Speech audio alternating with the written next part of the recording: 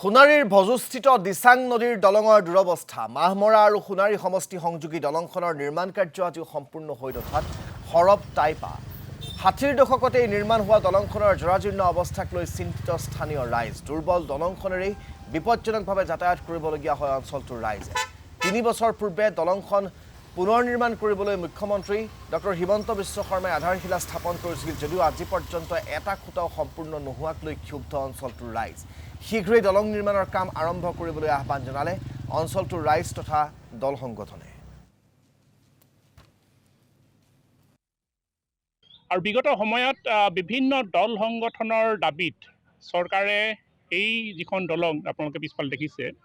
যথেষ্ট জৰাজীৰ্ণ হৈছে তেওঁৰ বদলি এখন নতুন দলং তেওঁলোকে নিৰ্মাণ কৰাৰ ঠিকাদাৰ দিলে প্ৰায় 4টা বছৰ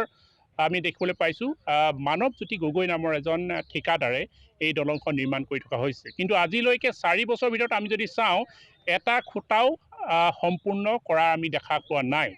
আচলতে যিজন ঠিকাদাৰ মানৱজ্যোতি গগৈ এই আচলতে দলংখন নিৰ্মাণ কৰি আছে যথেষ্ট লেহেমীয়া তেওঁ গতিৰে নিৰ্মাণ কৰি আছে গতিকে তেওঁৰ ভুলৰ কাৰণে এই দলংখন আচলতে যিকোনো মুহূৰ্তত খহিব পাৰে আৰু তেওঁ নিৰ্মাণ কৰি থকা দলংখন আমি দেখিবলৈ পাওঁ বিভিন্ন সময়ত তেওঁ কাষতেই তেওঁ জেচিবি লগাই মাটিৰ আচলতে ৰাস্তা খান্দি দিয়া হৈছে গতিকে মাটিবোৰ আচলতে খহি আহিছে গতিকে টাইপাৰ তৰফৰ পৰা এই যিজন ঠিকাদাৰ তেওঁ অতি শীঘ্ৰেই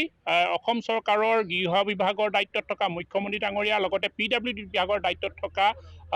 হিমন্ত বিশ্ব শৰ্মা ডাঙৰীয়া এই বিভাগৰ ঠিকাদাৰজনক